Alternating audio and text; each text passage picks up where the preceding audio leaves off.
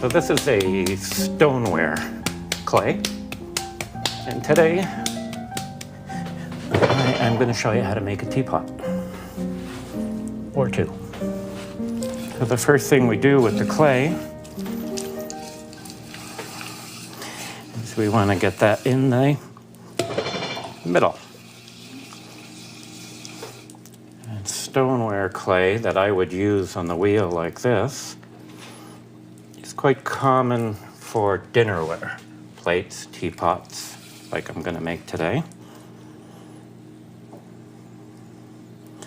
There are other types of clay, but this is the one I like the best for functional work. It's strong. First thing I'm going to do is I'm going to make a few lids.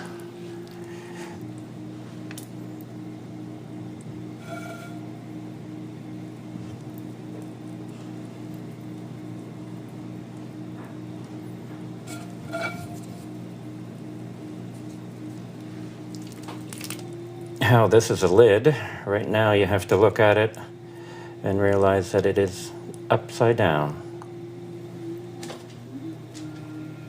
This is the part that'll go into the teapot right here. So this clay is a clay prepared by a company in Ontario, and it would be a recipe of 9 or 10 or even more different mined clays from all over North America. For those of you who like chemistry, clay is made out of silica, which is SiO2, and alumina, which is mined from bauxite, which is the same place that they get aluminum, and water. It's really just 3 simple materials. And if you watch carefully, I run that needle right under it and pick it up with my fingers and a needle. So my clay is well prepared. It's said that clay molecules are oblong, and I try and tell this to my students. Of course, we can't see the molecules, but apparently they're oblong. Think of the shape of a piece of rice. You know why that's important is that while I'm preparing my clay, this is part of the mixing also, the centering, and the molecules are apparently lined up in a circle. I don't know if it's true, but it makes sense to me because I can feel when the clay is ready. And when the clay is ready, it's very easy to work with. In pottery, there's many, many stages, and no stage is more important than another. So this is going to be a spout on a teapot. I like my spouts quite thin. I like my spouts quite tall. You may not understand yet how this is going to be a spout, but you will. I am basically going to cut much of this later. As I close it up smaller, it also forces the clay in an upward position. If you've ever done pottery, you'll know that teapot spouts are one of the more difficult small items. Because the teapot spout is so important. A good teapot has to pour well. If that spout flares at the tip, that'll spread your tea in different directions. If you've got a nice taper, the weight of the water, the tea behind it, will shoot the tea out in a nice stream. There we go. So we're going to cut that one off.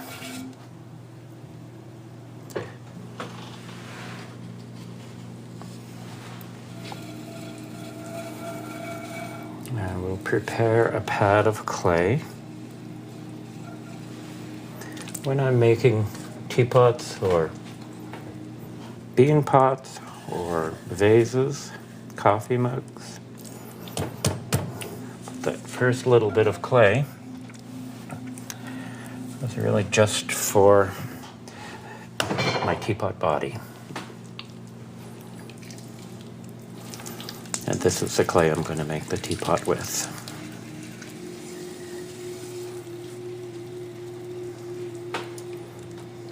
Once it's centered, we can start the teapot. Push down in the middle, exactly in the middle, adjust my speed a little bit. When I was a kid and I started making pottery, I did have access very quickly to some electric wheels in my summer job. But when I learned at school, I learned on an old kick wheel. I turn the wheel with my feet, and I work with my hands, and it's kind of like a great big lazy Susan. So I've made a flat bottom here. The hole doesn't go all the way to the bottom of the bat. It stops short, so I've got about 3/8 of an inch of clay left on the bottom. And now I'll start making it taller.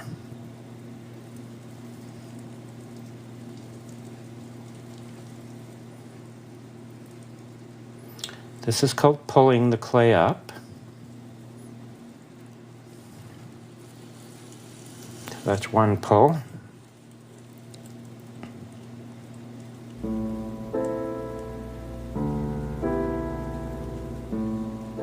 To make a thin piece, it's quite important to make it tall first. This is going to be a round-bellied teapot.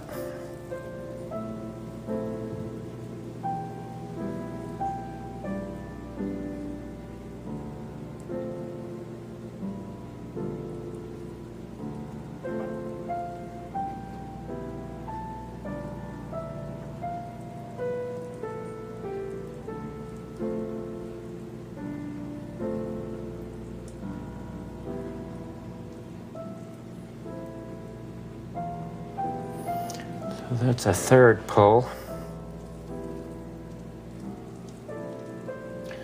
And that's not going to get a lot taller, but I think I'm going to try one more time. Make that just a little bit thinner. A couple inches taller if I can.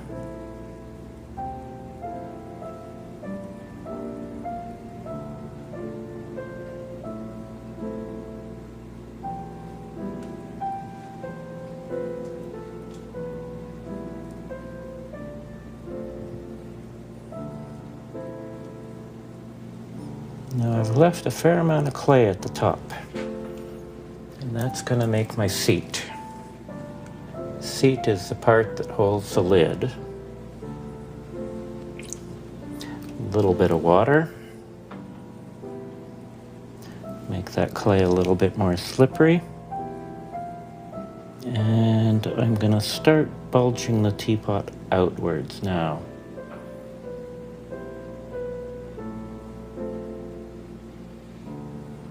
Once I start putting the belly in the teapot, it'll be too late to make the teapot any taller. In fact, if you watch carefully, as I put a belly in it, the teapot will get shorter. If you don't know what I mean by a belly, just watch.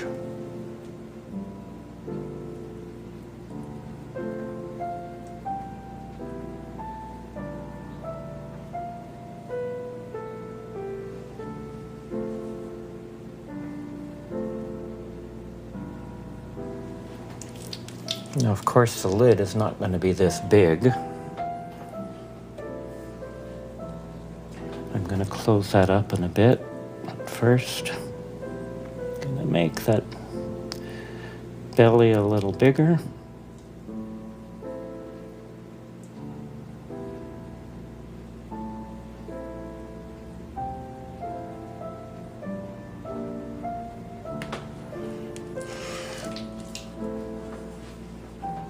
And a little bigger again.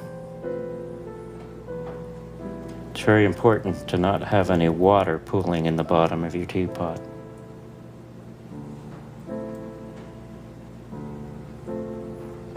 That's another reason I don't use a lot of water when I'm throwing.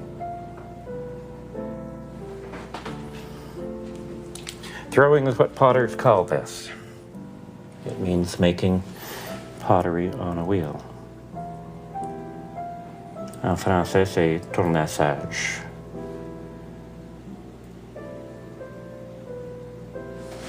I turn this in to make the seat a little bit harder to reach in. My hands are not small enough.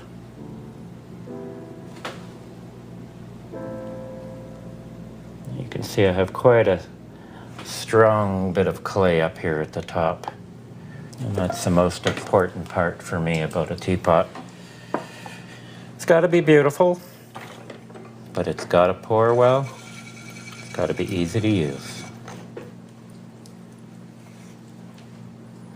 Put a wire under that. It's kind of like a guitar string. And it's cut for later, so that when I need to finish, I don't have to ruin the teapot with finger marks. And I do like teapots that are different. I find it very hard to make one style of teapot.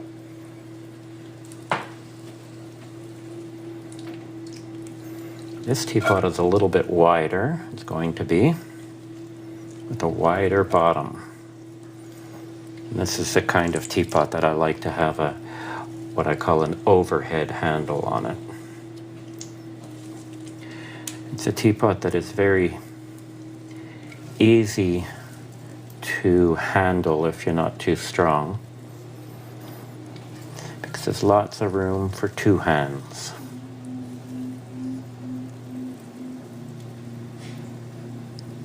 A lot of potters don't consider themselves artists. They call themselves craftsmen, craftspeople. I do consider myself an artist. I have the artist spirit. I like to work with a lot of different materials. I look for solutions where a lot of people would give up. Stubborn, I guess. My grandfather was an artist. I have numerous aunts that have made beautiful paintings. My grandfather loved to build things and he loved to paint. My grandfather was quite a talented man. He was a fisherman by trade, but when he needed something, he made it. My father is a pianist. Growing up, I always thought he was a great artist because he taught me how to draw horses and trees pretty good with a pencil. But his real talent lies in the performing arts. I think a lot of people today don't discover their inner artist as much as people have in the past. There was a time if you wanted something, you had to make it. Certainly a satisfaction from pouring a cup of tea from a teapot that you can say you made.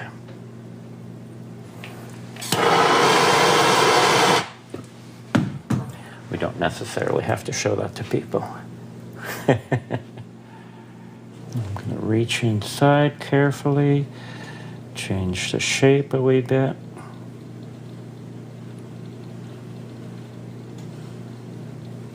A lot of my students ask me, how do you make each of them so much the same? And if you watch carefully and look carefully, they are not. Each teapot has its own character.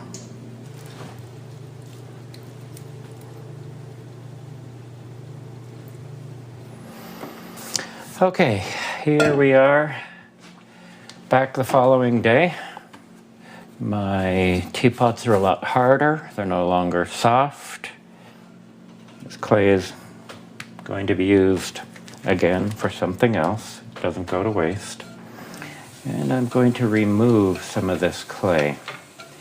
I'm doing a couple of things. I'm making a little lighter, improving the shape. And of course, this is an area we haven't worked on yet. This is underneath. And a teapot, a round-bodied teapot like this, with a smaller bottom, gives it an elegant look. And take some of the middle out there. And this part here that I'm not going to trim is what we call a foot. If you look under your dishes at home, you'll find that most of them are made this way too. See, there's a space here, and that is where I will sign my name and where the piece was made. There are collectors who will not buy your work if it's not properly signed. There we go. Looks a little messy right now, but when the pot dries completely, I'll brush away these crumbs and it will be very legible.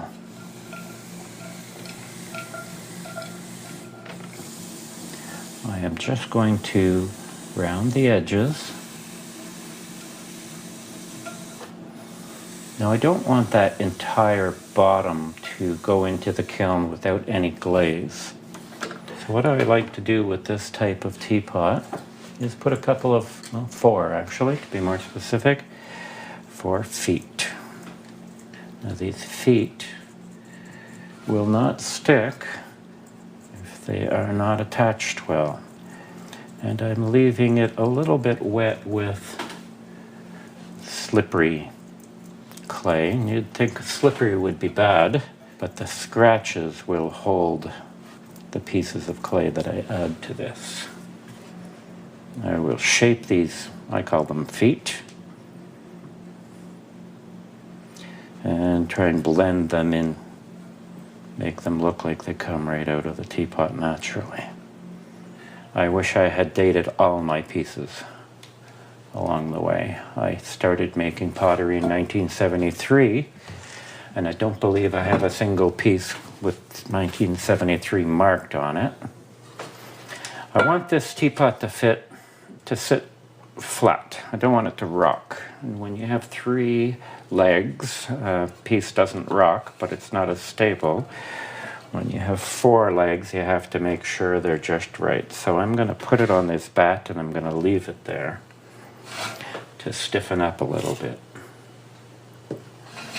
So now that we have a trimmed teapot with a foot and a name, it's time to add a spout. And the first thing we do with the spout is we're going to cut it so that it fits on the teapot. Done quite a few of these over the years. You can see how thin the spout is. It's not terribly thick. We don't want it too thick. It only adds weight. It doesn't really add a lot of strength. The strength is in the construction. And the shape. Round shapes are very strong. Speaking of shape, I'm just going to shape this one a little bit more. When I fill my teapot, I don't want the water being able to spill out just sitting on the counter. So this spout has to be as high as, well, even if I overfilled it. Now you would think we just put a big hole, but actually that leaves a teapot weaker. And in case people want to use loose tea, I like to make numerous small holes. It's important for that first hole to be at the bottom so that it doesn't leave half a spout full of tea. Little thing that every potter should know. I don't know how important it is to have the holes in a pattern, but I kind of like a pattern of some sort. Now the teapot, like we said before, was made yesterday. By putting it under plastic, I kept the spout a little softer. And that way, I can reach in without denting it. Just a little bit of water or a little bit of slip. I'm gonna blend that teapot spout in. Now when that stiffens just a little bit more, I'll be able to come back and with a wet finger make it even a little bit more perfect. Now, there's a real fine line here between having this too sharp and too fragile and not having it sharp enough so that it won't catch that last drip. There are many methods of making handles. I've tried most of them as far as I know. And this is an old, I think this came from the Brits, although they probably got it from the Chinese or the Japanese. So that's where the top of the handle will go. And this is where the handle will attach at the bottom. And attach it.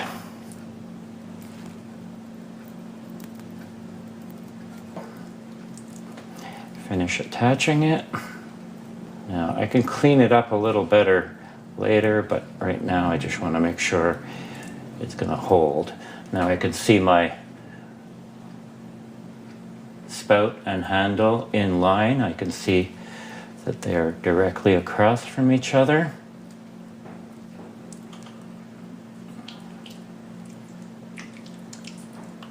And choose an amount of handle that I want.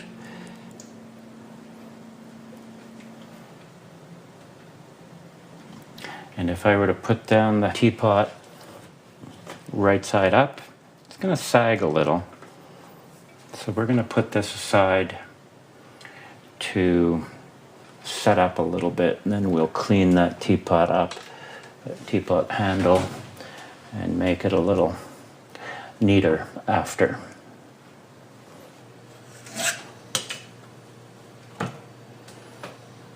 Spout's going to go right there. Somewhere in the studio I have a tool that is made exactly for this, but in a pinch, a drill bit will work very well. Now this is a different style of handle. A handle that is a little bit higher. Cut a little bit off there.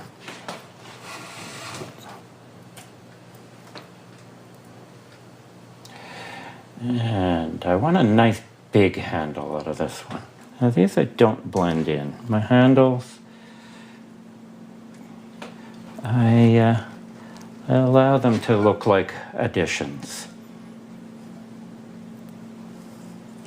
I like to balance the look with an appendage on the opposite side of the teapot spout. We can take advantage of the fact that this clay is still fairly soft. Now with a little bit of moisture, I'm going to give this a little bit of a squeeze. And we know this is firmly attached because it was made yesterday. It's not an attachment, actually. It's part of the piece that I threw on the wheel.